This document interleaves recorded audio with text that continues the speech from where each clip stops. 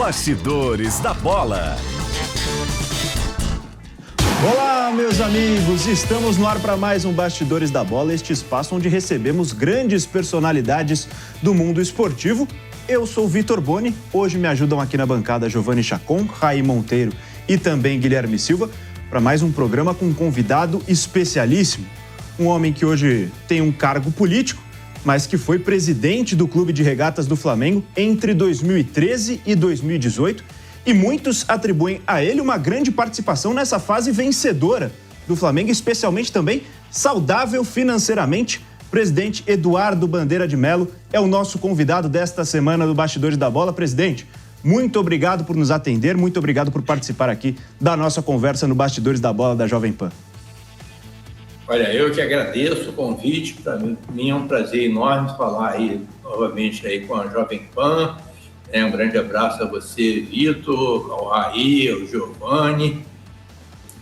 E faltou um aí, o Guilherme Silva. Uhum.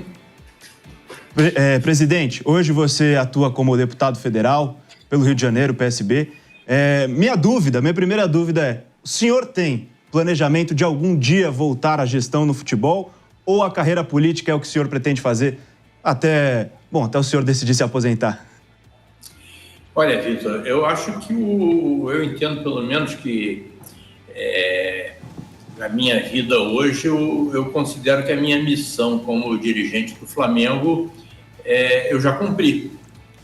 Então eu não tenho intenção de voltar. Inclusive nessa última eleição muita gente pediu que eu viesse candidato, mas eu preferi não participar do pleito, primeiro porque, como eu estou como deputado federal hoje, eu acho que não existe nenhum conflito de interesse. Vários deputados federais são presidentes ou foram presidentes dos seus clubes. Mas eu acho que existe um conflito de agenda. O mandato de deputado federal é muito desgastante, me exige muito. Então, normalmente, nos jogos de quarta-feira, eu estou em Brasília votando, então não poderia nem comparecer aos jogos do Flamengo. E eu entendo que eu posso contribuir com o esporte e indiretamente até com o Flamengo, dado que eu não sou um deputado do Flamengo, mas eu contribuindo com o esporte brasileiro, com o futebol brasileiro, vou estar também contribuindo com o Flamengo. Mas vou estar sempre ligado lá no nosso Mengão, principalmente como torcedor de arquibancada, que é o que eu sempre fui. Presidente, agora Guilherme Silva, que é quem acompanha de perto aqui o Flamengo pela Jovem Pan, é quem faz uma pergunta para o senhor. Tudo bem, Boni, companheiros, presidente? O senhor não é mais político no Flamengo, mas como torcedor tem acompanhado esses primeiros meses da gestão do BAP, que o senhor não apoiou, o senhor apoiou o Maurício Gomes na última eleição. Eu queria saber a sua análise desses primeiros meses do BAP como presidente do Flamengo e também o senhor na eleição foi oposição. Como é que está sendo o comportamento do senhor nesse momento em relação à gestão do BAP? Boa tarde. Olha, Guilherme, em primeiro lugar, eu sou torcedor, sou sócio do Flamengo, eu quero o melhor para o Flamengo. Então, eu estou muito feliz de ter sido campeão carioca, estou muito feliz com o trabalho do Felipe Luiz. Acho que o Felipe Luiz foi uma revelação assim, fantástica. Tenho até medo que ele receba uma proposta aí do clube da Premier League, do jeito do trabalho que ele está fazendo. Acho que está fazendo sucesso no mundo inteiro. Então, eu sou, como torcedor, estou torcendo muito. É público que eu não apoiei o atual presidente, nós sempre fomos, sempre não, no início até entramos juntos no Flamengo, mas nos tornamos adversários, não precisa nem dizer porquê, é só ver o que ele falou de mim ao longo do tempo, mas nós queremos o melhor para o Flamengo. Alguns dos diretores dessa atual gestão são meus amigos. O vice-presidente mesmo, Flávio Wienemann, foi meu vice-jurídico, é uma pessoa por quem eu tenho maior apreço e admiração, e assim como ele, outros diretores, vice-presidentes e alguns profissionais do Flamengo, eu acho que estão indo muito bem. Presidente Eduardo Bandeira de Mello é o nosso convidado desta semana no Bastidores da Bola. Giovanni Chacon agora é quem pergunta. Obrigado, Boni. Um abraço para você, um abraço para o presidente, para o pessoal que nos acompanha. Presidente, a gente olha hoje o futebol brasileiro em geral, na questão de gestão, muitos presidentes, dirigentes em geral, né, diretores de futebol, muita vaidade quando recebem ali o momento de assumir o cargo. Muitas vezes fazendo grandes investimentos sem ter a grana ali fácil ou digamos, um retorno. O time ele não tem a capacidade de investir tanto, investe-se pesado para tentar deixar a marca, o nome, né, marcado na história do clube, do Flamengo ou qualquer outro. A sua gestão, não que não tenha tido vitórias, mas foi muito mais marcada pela reestruturação financeira e que os frutos foram colhidos por outros presidentes vêm sendo colhidos hoje. Como é que foi esse trabalho e esse momento que você pensou, olha, talvez o mais importante nesse momento não seja disputar tão firme os títulos, mas sim recuperar a parte financeira do clube? Olha, Giovanni, nós fizemos o que tinha que ser feito naquele momento. Então, nós assumimos o Flamengo numa situação absolutamente catastrófica, em que o clube estava com as suas receitas penhoradas, o clube devia 3, 4 meses de salário, o clube praticava apropriação indébita, então tinha uma dívida com o governo muito grande mesmo. O Flamengo não sabia nem o tamanho da sua dívida, a questão trabalhista era absolutamente caótica. O Flamengo era réu em mais de 600 ações trabalhistas.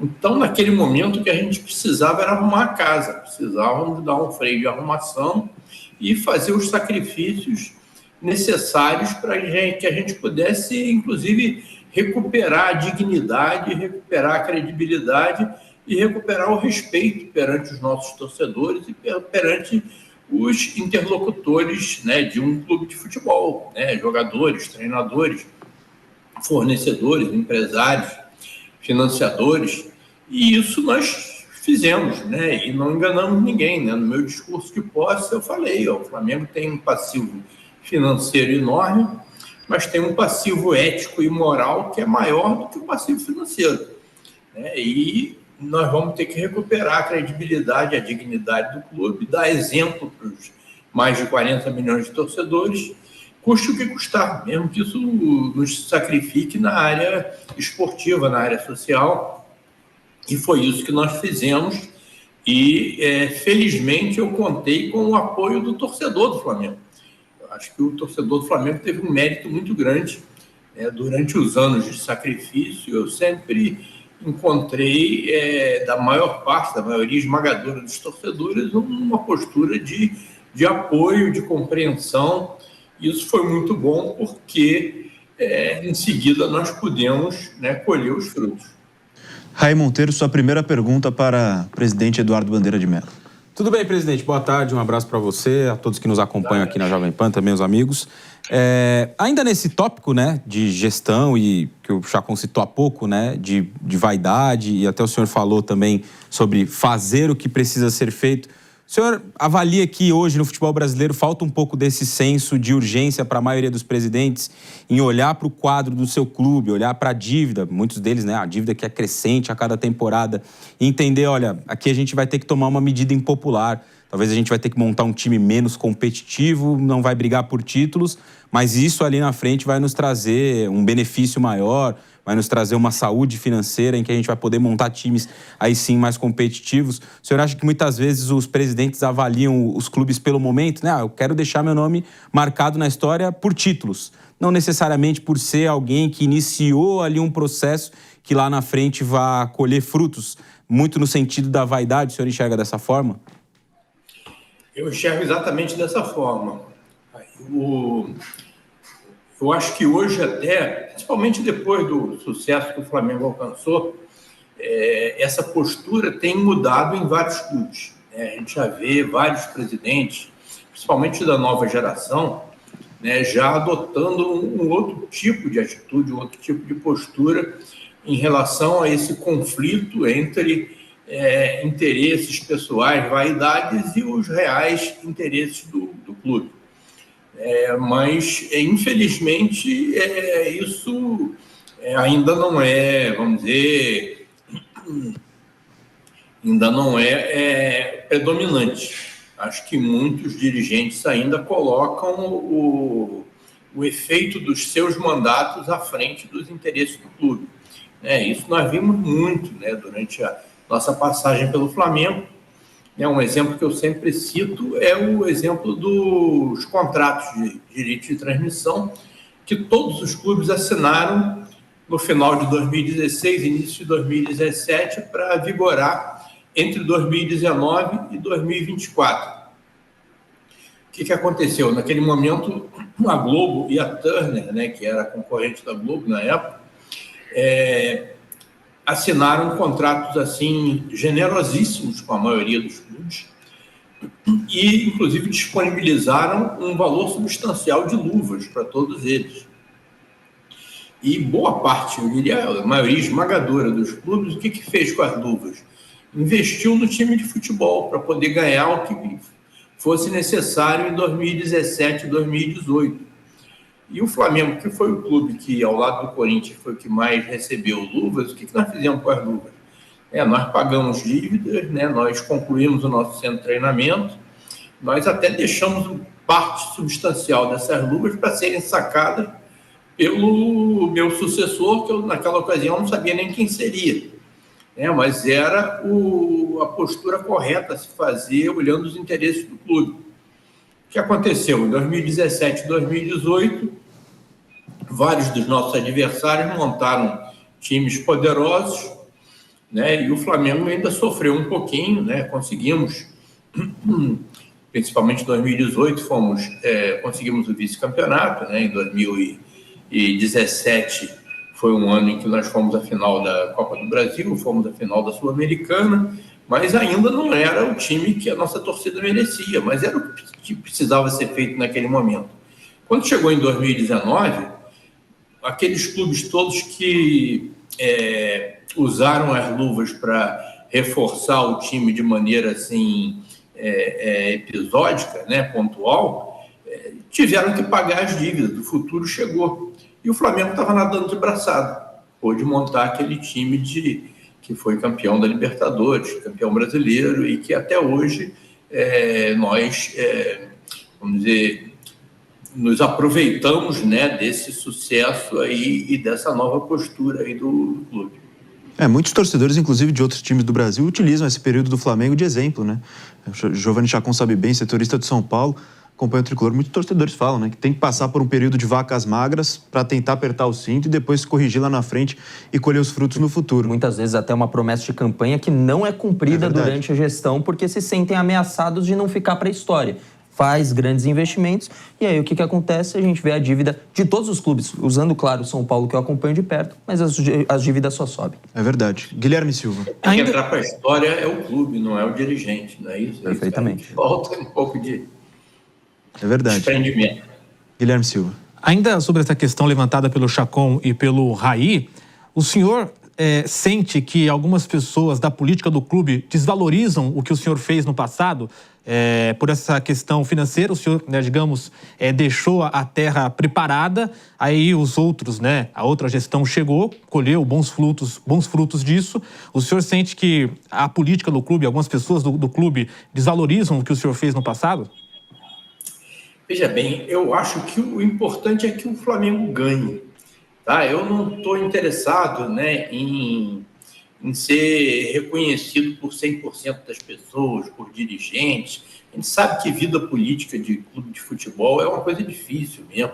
Vocês acompanharam, aí tentaram me expulsar do Flamengo 3 vezes, né? Minha família sofreu o diabo, né? Mas o importante é você saber que você fez a coisa certa, e eu tenho hoje uma satisfação muito grande de ver que a torcida tem um reconhecimento muito grande, tem um carinho muito grande por mim, e isso daí não tem preço. Tá? Você vê a torcida me tratando do jeito que trata, né? Com reconhecimento, com carinho, com admiração, né? E ver o time ganhando, é o melhor dos mundos. Então é isso que a gente quer. Presidente, com relação à questão financeira, a gente já falou aqui, é um exemplo para até outros clubes, mas a minha dúvida é se o senhor se arrepende de alguma coisa feita na gestão do futebol. Por exemplo, alguns torcedores podem criticar talvez a alta rotatividade de técnicos ou algumas contratações que não tenham dado certo. Se o senhor se arrepende, teria feito alguma coisa diferente na gestão do futebol durante os seus 2 mandatos? Bom, vamos lá, Vitor. Em primeiro lugar, a gestão do futebol do Flamengo, né, nos meus 2 mandatos, foi totalmente profissionalizada. Então, nós tivemos, desde o primeiro momento, diretores de futebol que tocavam de maneira intensa e com autonomia total o futebol do Flamengo, o dia a dia do futebol do Flamengo. E agora, é claro que erro acontece. Você mesmo citou um aí que eu sempre cito quando pergunto o que você fez de errado, né? O que aconteceu de errado no Flamengo durante os seus 6 anos. Eu acho que a rotatividade dos treinadores foi muito maior do que poderia ter sido. Eu acho que esse erro, eu diria assim, que não é um erro que é privilégio do Flamengo. Isso aí é da cultura do nosso futebol. Isso acontece na grande maioria dos clubes e é estimulado, inclusive, por pressão de alguns jornalistas, colegas de vocês, de torcedores, e que acaba... a pressão, às vezes, é tão intensa e é tão, vamos dizer, devastadora, que acaba interferindo no próprio... na questão psicológica que envolve o treinador. O treinador, às vezes, está fazendo um bom trabalho, mas acaba que aquela pressão interfere no trabalho e ele acaba tendo que ser substituído. Mas eu entendo que a grande maioria de vocês tem razão. Eu acho que a gente deve evitar isso. Eu acho que nós temos que dar tempo aos treinadores fazerem o seu trabalho. E, com certeza, eu reconheço que o turnover de treinadores no Flamengo foi muito grande. Aliás, tem sido. Vamos torcer para o Felipe Luiz ficar 10 anos na frente do Flamengo. Grande trabalho o técnico Felipe Luiz mesmo, já começando a carreira, ganhando títulos, inclusive. Acabou de conquistar o Campeonato Carioca, Supercopa também. Giovanni Chacon. Presidente, é difícil, mas a gente precisa tocar num assunto que é muito delicado na história do Flamengo e que vai ficar marcado por um bom tempo. Claro que acontece na gestão seguinte a do senhor, na gestão Landim, mas com poucos meses, que é a tragédia que aconteceu no Ninho. É difícil que não se fale sobre isso. Assim, pesquisando, tem torcedores do Flamengo que atribuem culpa à sua gestão. E eu não estou fazendo um juízo de valor aqui, tá, presidente? Eu quero entender do senhor o que você analisa 5, 6 anos depois, né? Agora, né? 6 anos depois, o que a gestão do Landim, na tua opinião, poderia ter evitado, o que a sua gestão poderia ter evitado, o que os responsáveis pela base do Flamengo na época poderiam ter feito, porque claro que é uma tragédia, mas a maioria das tragédias acontece por relapso e falta de cuidado em alguns pontos. O que poderia ter sido feito diferente para não acontecer o que aconteceu? Olha, Giovanni, acho que você foi muito bem de perguntar isso. Acho que é um assunto delicado, mas nós temos que colocar o dedo na ferida. O Flamengo não pode escapar disso. Essa tragédia foi o episódio mais triste da história do Flamengo. 130 anos já que vamos fazer agora, esse ano. Não teve nada mais lamentável do que você perder 10 crianças num centro de treinamento da maneira que aconteceu. Agora, eu acho que quem quiser ter uma visão assim precisa do que aconteceu deve ler o processo. Tá? Existe um processo na Justiça que tramita desde 2019 e que inclusive nem teve ainda os seus responsáveis apontados. Tá? E eu acho que quem tiver a curiosidade, né, de ler esse processo, de preferência na companhia de um bom advogado, né, eu acho que a Jovem Pan tem todas as condições de fazer uma análise profunda desse processo e chegar à conclusão do que aconteceu. Tá? Por exemplo, você citou, quando ocorreu a tragédia, eu não era mais presidente do Flamengo. 39 dias eu já não estava mais lá. O que muita gente esquece de falar é que os atletas da base do Flamengo já haviam sido transferidos para os módulos definitivos ainda no meu mandato. Tá? E eles voltaram para os módulos provisórios já na administração seguinte.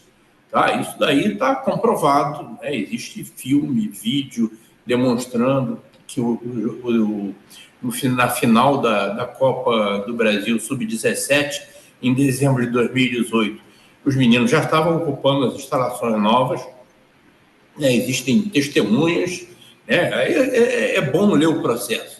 Tá? Então, uma vez eu dei uma entrevista que eu quase fui expulso do clube por causa disso. Eu falei que provavelmente, se eu ainda fosse presidente, o incêndio não teria acontecido, né? Mas com isso, eu não estava querendo acusar ninguém, eu estava simplesmente demonstrando que esses meninos já tinham sido trocados de lugar, né? E isso daí é um fato, né? É ler um processo para ver.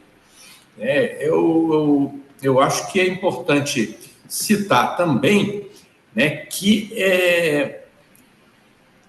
durante essa tragédia foi precedida de um princípio de incêndio na antevéspera. Né? O que causou esse princípio de incêndio na antevéspera? Né? Por que providências não foram tomadas? E aí existe uma série de outras questões, né, sobre aquela questão das licenças, de uma suposta interdição, e tudo isso está sendo tratado, né, foi tratado no processo e pode ser averiguado. Acho que seria muito bom que a Jovem Pan fizesse vamos dizer, um pente fino nesse processo, né? Vocês iriam ver, por exemplo, que eu fui indiciado como culpado pelo incêndio, né? E depois provou-se, não me lembro se a Jovem Pan deu a notícia, mas a Record deu, o Metrópole deu e tal, ficou provado que o delegado que me indiciou era parente de um dirigente do Flamengo que foi nomeado uma semana depois do incêndio. E o próprio delegado lá no processo confessou, né, que houve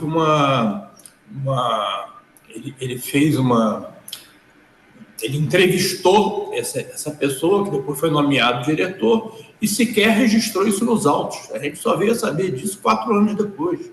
Então, isso e uma série de outras coisas estão nesse processo, e eu acho que poderiam... Eu já estou fora eu já não sou mais considerado um réu, né, porque eles não conseguiram chegar em nenhuma prova e o processo prescreveu. Mas, de qualquer maneira, eu acho que é a responsabilidade do Flamengo nunca abandonar esse assunto e fazer o que for possível, inclusive para que, não só no Flamengo, mas em qualquer outro clube, em qualquer entidade, que episódios como esse não aconteçam mais. Até para esclarecer, eu até aproveitei e pedi a palavra novamente, presidente, para entender e também saber a sua opinião. Por que não chegaram em nenhum culpado? Assim, claro, né? Porque me parece que ficou e tá tudo certo, entendeu? Já faz 5 anos, então tá tudo bem. Parece que largaram mão, entendeu? E como o senhor disse, que o Flamengo jamais pode deixar isso de lado. Não é o caso de... E aí, vamos abrir de novo esse problema? Vamos achar qual foi de quem é a culpa, responsabilizar alguém? Porque, assim, são 10 vidas perdidas de garotos que estavam sob o cuidado do Flamengo, que é uma equipe, uma das maiores do Brasil, para muitos a maior e tudo mais. E não pode isso acontecer com pessoas que estão sob cuidado, em nenhum caso, mas sob o cuidado de uma instituição que tem tanta força no mercado. Exatamente, Giovanni. Agora, não pode acontecer e, havendo culpados, eles têm que ser identificados e punidos. Agora, já está absolutamente claro que a investigação foi falha, foi parcial, né? Por tudo isso que eu estou falando aqui. Então, se o atual processo não chegar a nenhum culpado, e é possível que não chegue, tem que... o assunto não pode ser deixado de lado.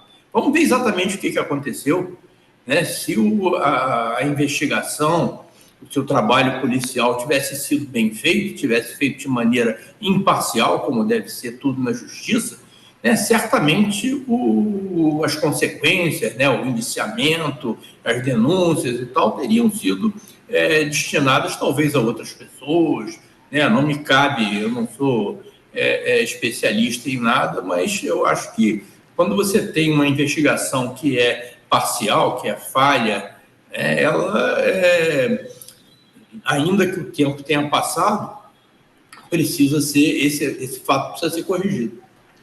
Presidente, até o senhor comentou agora há pouco que o senhor não é mais réu no caso, né? Foi uma decisão divulgada há pouco tempo, e quando essa decisão foi divulgada, a pedido do Ministério Público do Rio, o senhor publicou uma nota, né, dizendo que recebeu com tristeza e surpresa essa decisão. O senhor gostaria de ter ido, da sua parte, até o final nesse julgamento?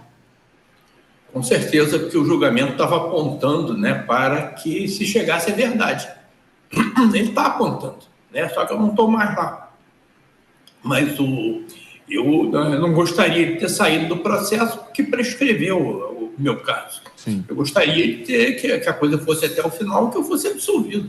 Porque, efetivamente, daquilo que eu fui acusado, né, de ter sido negligente, porque o CT estava interditado e a gente está sabendo agora que sequer o fiscal do segundo escalão sobre esse suposto interdição, né, sobre essa questão aí dos atletas que já tinham sido trocados de lugar e isso não ficou consagrado na investigação, né, várias pessoas, inclusive, que deveriam ter sido ouvidas e que não foram. Então, eu acho que esse é um assunto que vai ficar em aberto durante muito tempo. Guilherme Silva. Presidente, ainda sobre isso, como o senhor avalia, né, a postura do Flamengo depois do acontecimento? Eu digo em relação, né, à indenização das famílias que foram vítimas dessa fatalidade. Muita gente critica, e eu, aqui a minha opinião, com razão, a gestão do Landim pela forma, o tratamento, a demora que tiveram com essas famílias que foram vítimas. Qual é a avaliação do senhor sobre isso? Bom, agora eu tenho que fazer uma avaliação como torcedor, porque quando aconteceu lá a tragédia, eu não era mais presidente. Tá?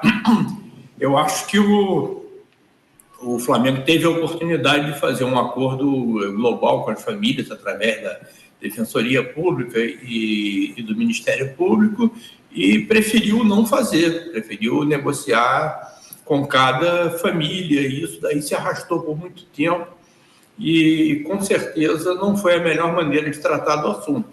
Mas aí eu estou vendo isso de fora, né? Já não tenho... eu não tinha a menor possibilidade de interferir nesse processo. Fiquei feliz até de ver que agora a última família que ainda não tinha feito acordo, parece que fez. Vamos ver daqui para frente o que acontece. Eduardo Bandeira de Mello, ex-presidente do Flamengo entre 2013 e 2018, é o convidado dos Bastidores da Bola dessa semana. Raí Monteiro agora é quem faz a pergunta. Presidente, queria também uma avaliação sua em relação à gestão passada, né? Já que essa iniciou-se há pouco e a gestão passada foi aquela que sucedeu o seu trabalho à frente do Flamengo de uma forma global, né? Financeira, administrativa, esportiva também, como você viu, como um sócio, um conselheiro do Flamengo, um ex-presidente, como você viu a gestão do Rodolfo Landim durante todo esse período em que ele esteve à frente do Flamengo? Olha, eu acho que teve coisas boas, né? O Flamengo ganhou alguns campeonatos, poderia ter ganho mais, mas eu acho que teve coisas boas, teve coisas que não foram tão boas. Eu acho que faltou profissionalismo, acho que faltou impessoalidade, né? Coisas que na minha administração eram pedras de toque, né? Durante 6 anos da minha administração, nunca contratamos um parente meu, nem de nenhum vice-presidente meu, nunca contratamos amigos, né? Os processos eram todos impessoais e absolutamente profissionais, né? E já na gestão do presidente Landim, a gente viu que não foi exatamente assim, né? O que, aliás, não é assim na maioria dos clubes brasileiros, né? E talvez por conta disso, nós não tenhamos ganho todos os títulos que a gente gostaria. Mas não vamos ficar reclamando disso, né? Acho que teve coisas positivas também, né? E agora é torcer para que daqui para frente, né, o Flamengo siga numa rota assim, vitoriosa e também responsável. Presidente, agora falando sobre a atual gestão do Flamengo, que está recém começando, um episódio chamou a atenção nesses últimos dias por conta da decisão do Flamengo de não assinar a nota da Libra em repúdio às falas do presidente da Conmebol, Alejandro Domingues. Como que o senhor vê essa postura do Flamengo de escolher não se unir aos outros clubes da Libra em repúdio ao presidente da entidade? Bom, Vitor, acho que nós temos que ver exatamente qual será a postura do Flamengo, né? Eu diria que a declaração do presidente da Conmebol foi absolutamente lamentável, né? Foi criminosa até. Eu acho que nós não podemos contemporizar, não podemos passar pano para uma coisa que só joga lama em cima de uma coisa que deveria, que é o nosso futebol, que deveria ser tratado com respeito, né? Eu acho que nós estamos vivendo uma época assim de manifestações racistas, né, no nosso futebol, que nos enche de tristeza e de vergonha, né? O que o nosso craque lá, que eu vi pequenininho lá, o Vinícius Júnior, está sofrendo lá na Espanha, né? É uma coisa assim que nos deixa efetivamente muito triste, né? O que aconteceu agora com o Luiz, né, do Palmeiras também, né? E sem consequência nenhuma, né? Ele sofrer daquele jeito e as consequências das punições terem sido absolutamente pífias, né?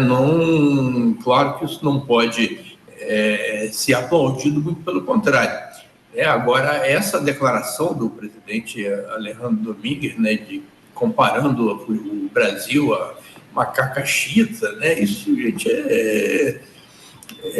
eu não consigo imaginar, né? Eu acho que isso merece assim o repúdio total de todos os brasileiros, não só dos esportistas, não só dos clubes, das federações, da CBF, né? Mas acho que isso não pode ficar assim, né? E eu acho que a Libra fez muito bem de soltar uma nota de repúdio. O Flamengo não assinou, nós precisamos entender por quê. Talvez o Flamengo vai soltar uma nota de repúdio própria, né? Isso aconteceu ontem, hoje eu não gostaria de cometer injustiças, né?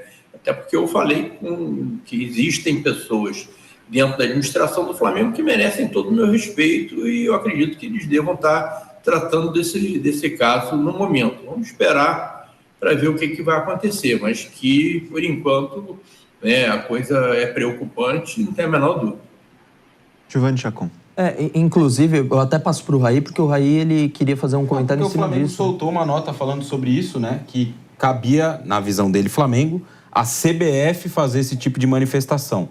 Por isso, ele, Flamengo, não assinou a nota, porque ele entende que quem tem que cuidar disso é a entidade que comanda o futebol brasileiro. No caso, a CBF, já que é uma questão de entidades, né? Conmebol, CBF, então, na visão do Flamengo, os clubes não deveriam se meter nessa seara e a CBF deveria tomar partido disso. Mas aproveitando também essa colocação e perguntando pro presidente Bandeira, é o seguinte, o Flamengo, que sempre foi um clube relacionado às massas, a parte popular, a gente, sabe, mais carente, mais humilde, a população que é apaixonada e que o Flamengo faz a semana daquele cara ser mais leve diante de tantas as dificuldades. E que tem hoje, no futebol brasileiro, o seu grande representante, a última grande revelação do Flamengo em si, que é o Vinícius Júnior sendo a personalidade que mais sofre com essa questão do racismo. Não cabia passar desse ponto de achar que a CBF só que tem que manifestar. O Flamengo não tem que ter uma participação maior também nesse tipo de caso e uma postura mais clara como instituição nesse tipo de caso? Eu acho que sim, concordo inteiramente. Isso daí, a declaração do presidente da Conmebol foi tão vergonhosa, foi tão criminosa, que todo mundo, não são só os clubes, né? Não, todos os clubes da Libra, todos os clubes da Liga Forte, todos nós aqui na pessoa física, cada um de vocês quatro aí, todo mundo tem direito e tem a obrigação de se manifestar. E eu acho que o Flamengo também. Eu só estou esperando para ver, né, se o Flamengo não vai, nas próximas horas, né, nos próximos dias, corrigir essa postura ou explicar melhor. Tá? Mas que não existe isso de só a CBF pode reclamar. E se a CBF não reclamar? Como é que fica? Isso todo mundo tem. Clube de primeira divisão, clube de segunda divisão, escola de samba. Quem se achar atingido por esse ato covarde de racismo tem sim e tem a obrigação de reclamar. Na minha opinião, quanto mais gente, quanto mais clubes falarem, melhor. Quanto mais instituições, é o momento de todo mundo falar sobre o tema.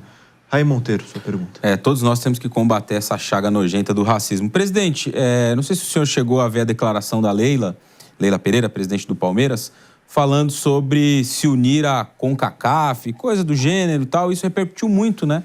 As pessoas falaram, os clubes brasileiros têm que largar a Conmebol, têm que parar de jogar Libertadores. E é óbvio que não é uma coisa tão simples assim. Mas eu queria a sua opinião nesse sentido, não sobre se aliar à CONCACAF, mas sobre não jogar a Libertadores. O senhor acha que essa medida poderia mudar alguma coisa? Ela deveria ser tomada, não deveria? Como que o senhor vê essa visão de muita gente de que os clubes brasileiros deveriam deixar a Copa Libertadores para lá? Olha, eu não gostaria de apresentar uma solução minha aqui, até porque eu não sou mais presidente do clube, não estou participando, mas eu vejo assim, sem analisar os detalhes da declaração, mas eu acho que a presidente Leila expressou um sentimento que é de todos nós. Está todo mundo revoltado, o que fazer? Eu acho que os clubes deveriam, não só os clubes, os atletas, eu acho que os atletas hoje eles não estão, vamos dizer, suficientemente bem organizados, como já tiveram no passado, naquela época do movimento do Bom Senso, Futebol Clube. Tenho certeza que se o Bom Senso Futebol Clube ainda existisse hoje, com certeza alguma coisa estaria sendo feita. Cadê lá? Vamos ver, lembrar aí daquele movimento do Paulo André, do Juan, do Alex, do Rui Cabeção, de vários atletas do Sidorf, que estava aqui no Brasil na época, que se uniram e, inclusive, ajudaram muito ao processo de modernização da gestão, da governança do futebol brasileiro, na época lá do Profut.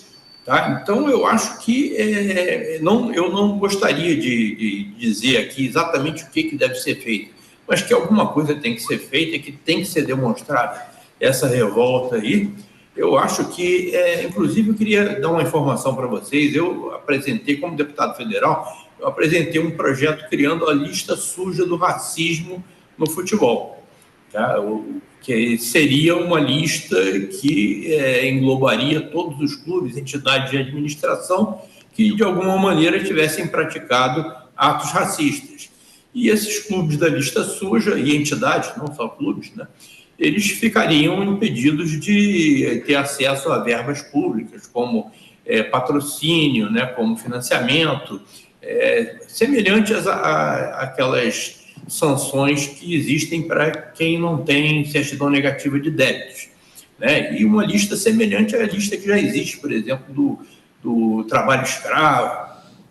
Isso daí é uma coisa que a gente imagina que possa ter um efeito prático, não só pela lista em si, mas eu acredito que mesmo fora do setor público, empresas privadas, dificilmente uma empresa que tem um trabalho sério de compliance vai querer se associar a uma entidade ou um clube que é considerado racista.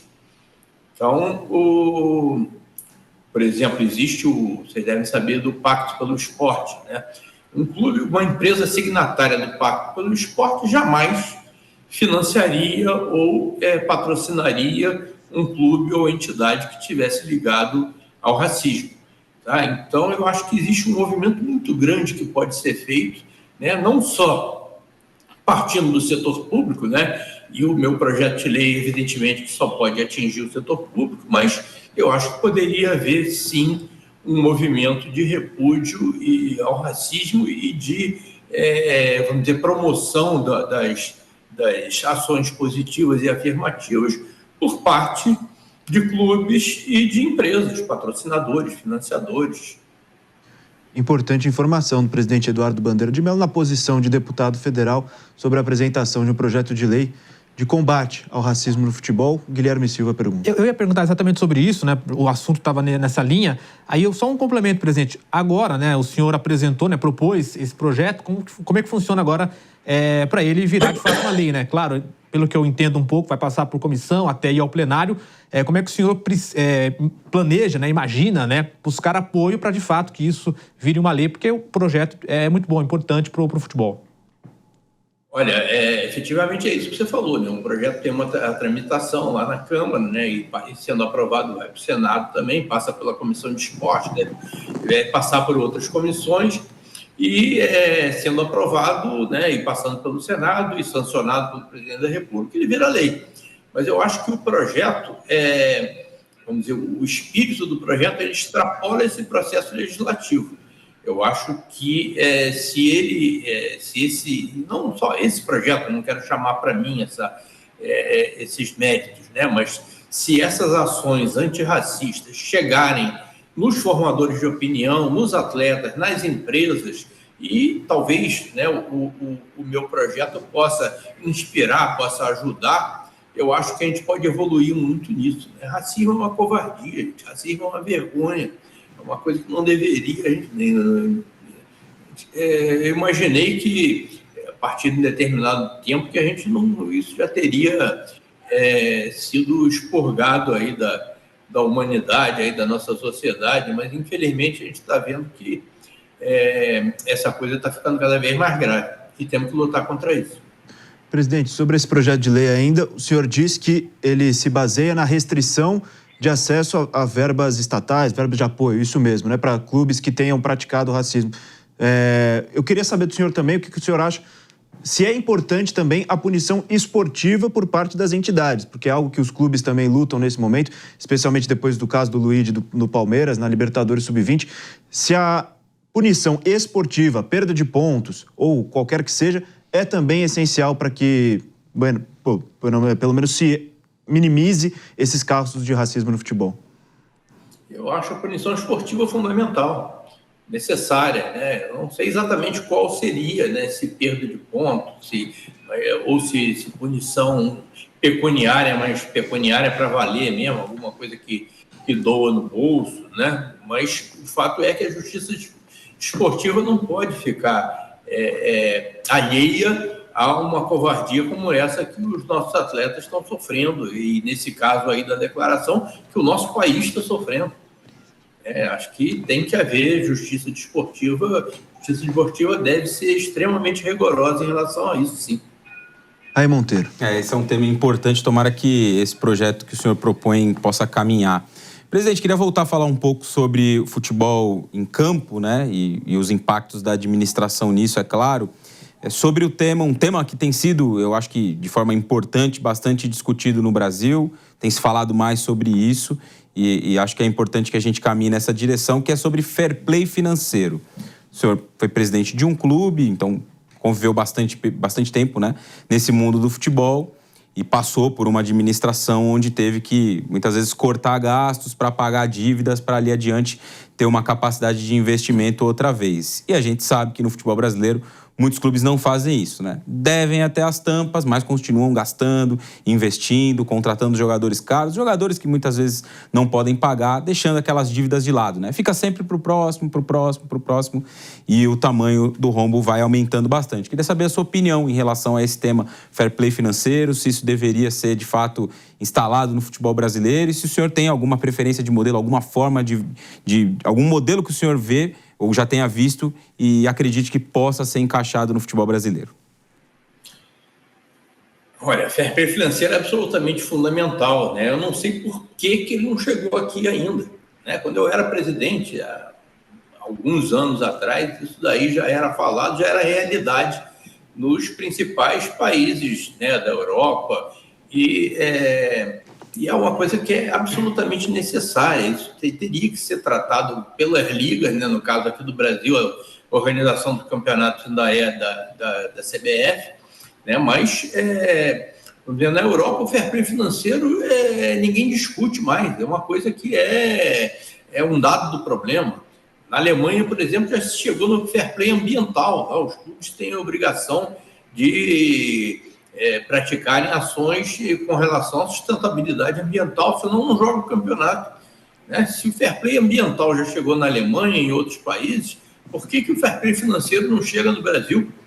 E existem coisas, né? Vou lembrar a vocês uma situação do Flamengo que eu vivi no final do meu mandato, e vou citar, inclusive, um outro clube, né? Mas eu cito esse clube aí sem nenhum problema, porque é um clube que sofreu uma transformação muito grande e mudou a sua forma de agir, né, que é o Cruzeiro. Né? Vocês devem lembrar que o Cruzeiro, em 2017, disputou a final da Copa do Brasil com o Flamengo.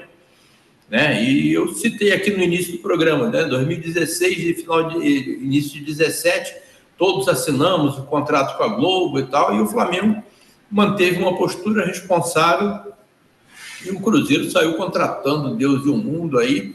Moral da história, não pagou, né? Ficou com uma dívida monstruosa, mas no dia da final da Copa do Brasil, da Copa do Brasil em 2017, nós fomos para a final, né? E perdemos nos pênaltis. Vocês vão lembrar, tá certo que o Thiago Neves tocou na bola 2 vezes e o juiz não anulou o gol dele. Né? Mas vamos deixar para lá para não me chamarem de chorão. Mas o fato é que o Cruzeiro montou um timaço e ganhou a Copa do Brasil. E aí, quando chegou 2 anos depois, houve a crise que todo mundo conhece, e o Flamengo, que foi responsável, né, seguiu a sua rota de, vamos dizer, virtuosa. Mas aquele título nós não podemos recuperar. Né? E assim, como outros. Então, se a gente tivesse fair play financeiro em 2017, né, as autoridades estariam avaliando que aquelas contratações que o Cruzeiro fez na época não tinham a menor condição de serem pagas, como não foram.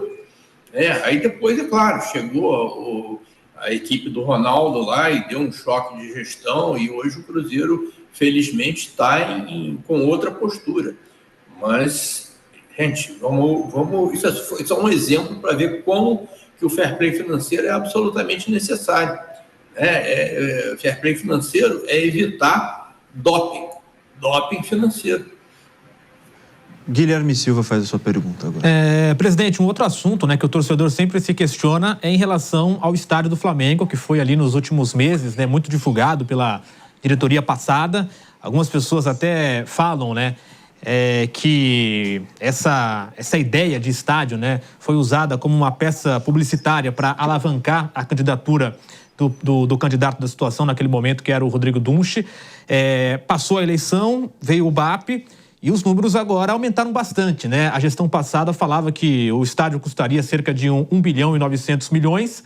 Agora o BAP falou em mais de 3 bilhões de reais. Eu queria a sua visão sobre isso, né? Sobre a possibilidade do novo estádio do Flamengo. A primeira pergunta, e a segunda sobre isso também, sobre se o senhor acredita que de fato isso vai acontecer a curto prazo, né? Falam em 2029, ou se foi de fato usado como uma peça publicitária para tentar alavancar de fato a candidatura do Rodrigo Dunche.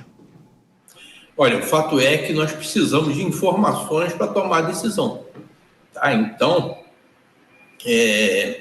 na administração passada falou-se, né, do orçamento de 1.800, 1.900 e tal, e que agora estão falando de outros números. Né? Eu gostaria de ter esses números aí para poder analisar. Né? Eu gostaria de ter pessoas que pudessem analisar e avaliar esses números e para que a nação rubro-negra pudesse formar uma opinião. Né? Essa pergunta que você está me fazendo aí vem em boa hora, porque na segunda-feira o Flamengo vai eleger o seu Conselho Fiscal. O Conselho Fiscal, que tem, por lei, inclusive, né, por lei pela geral do esporte, ele tem que ser independente. O Flamengo precisa eleger um Conselho Fiscal que seja independente e competente para poder avaliar esse tipo de coisa. Né, porque o Conselho Fiscal ele tem acesso a esses números. E aí, baseado no parecer do Conselho Fiscal, claro, o Conselho Fiscal não pode ser um apêndice da atual administração, não pode ser um conselho chapa branca, mas é um conselho independente, competente, ele vai poder analisar, inclusive, essa situação do estádio, mas outras, inclusive, com relação a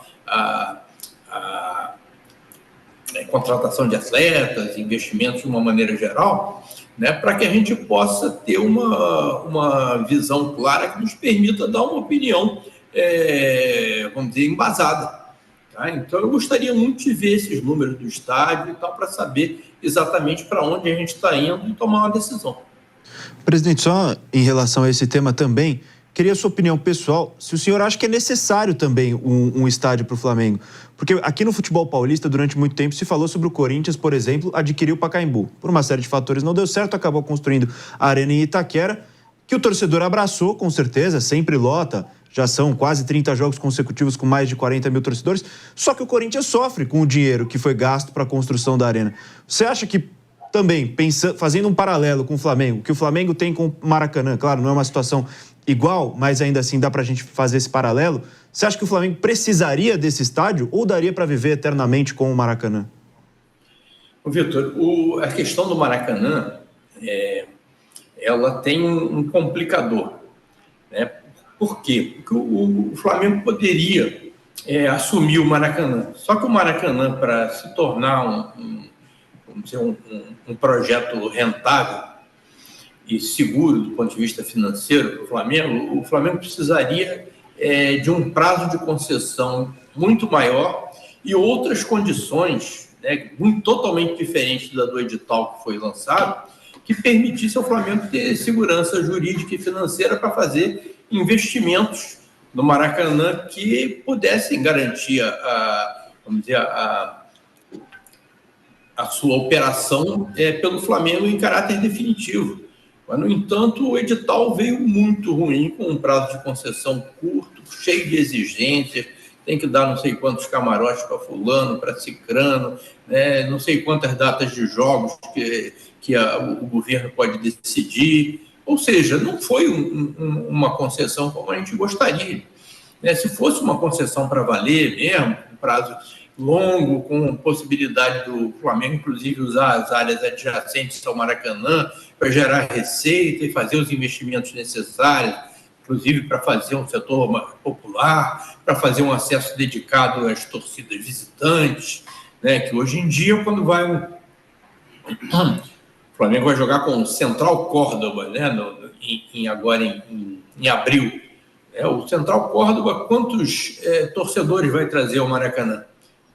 50, 100 no máximo, tá? No entanto, nós vamos perder 10 mil lugares, né, no estádio, que vão ficar reservados para aquelas 50 pessoas do Central Córdoba que vão visitar. Né? Isso por quê? Porque não existe um acesso dedicado a eles para que eles possam entrar e sair com segurança. Isso precisava ser feito.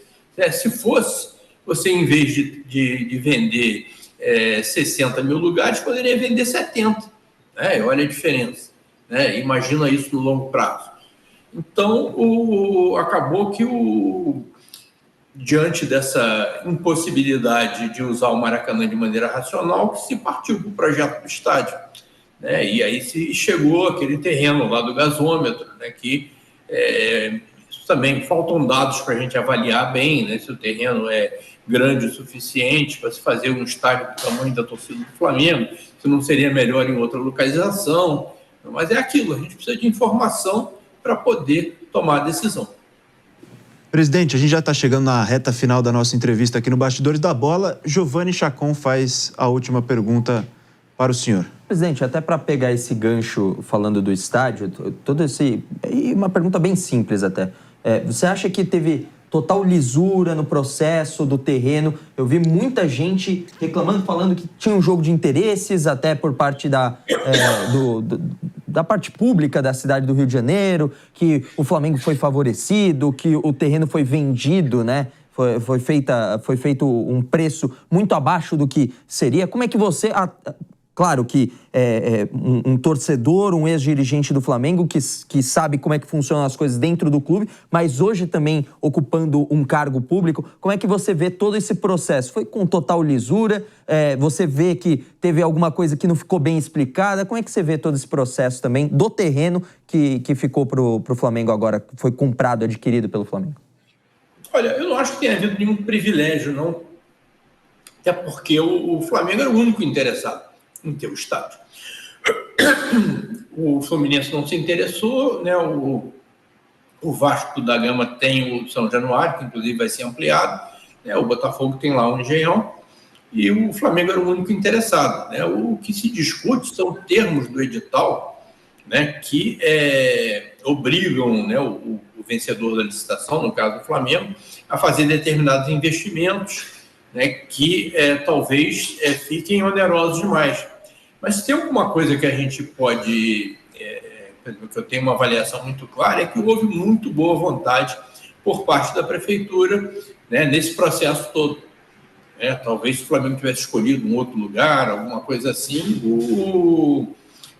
essa questão, por exemplo, de adequação do sistema viário que está sendo colocado, ou a coisa da descontaminação do terreno, ou da relocação das instalações lá da distribuição de gás, não fossem colocados. Mas eu vi, assim, uma boa vontade muito grande por parte da Prefeitura. Agora, isso talvez não seja suficiente, né? Nós vamos precisar agora nos debruçar em cima dos números e ver exatamente o que precisa ser feito aí nesse caso. Eduardo Bandeira de Mello, presidente do Flamengo entre 2013 e 2018, um dos grandes responsáveis pelo momento mágico que vive o Flamengo nos dias atuais, saudável financeiramente, fazendo uma série de contratações bombásticas, campeão da Copa do Brasil em 2013 e hoje deputado federal pelo Rio de Janeiro. Presidente, muito obrigado por ter nos atendido e por ter participado aqui do Bastidores da Bola da Jovem Pan. Olha, gente, eu que agradeço, foi um privilégio ter conversado com vocês, né? Vitor, Guilherme, Giovanni, Raí, eu estarei sempre aqui à disposição de vocês quando vocês quiserem conversar comigo, mesmo que informalmente, e é sempre um prazer, né, falar para a nação rubro-negra. Eu sei que a audiência de vocês extrapola muito a nação rubro-negra, mas eu tenho uma relação muito boa com os torcedores dos outros clubes também, e o que vale para o Flamengo eu acho que pode ser, vamos dizer, replicado também na gestão dos outros clubes. Valeu, então, muito obrigado, um grande abraço a todos e saudações rubro-negras. Agradecer mais uma vez ao presidente Eduardo Bandeira de Mello, ao Giovanni Chacon, ao Raí Monteiro, também ao Guilherme Silva, que estiveram aqui comigo. Fiquem ligados porque toda semana tem Bastidores da Bola com mais um convidado especial.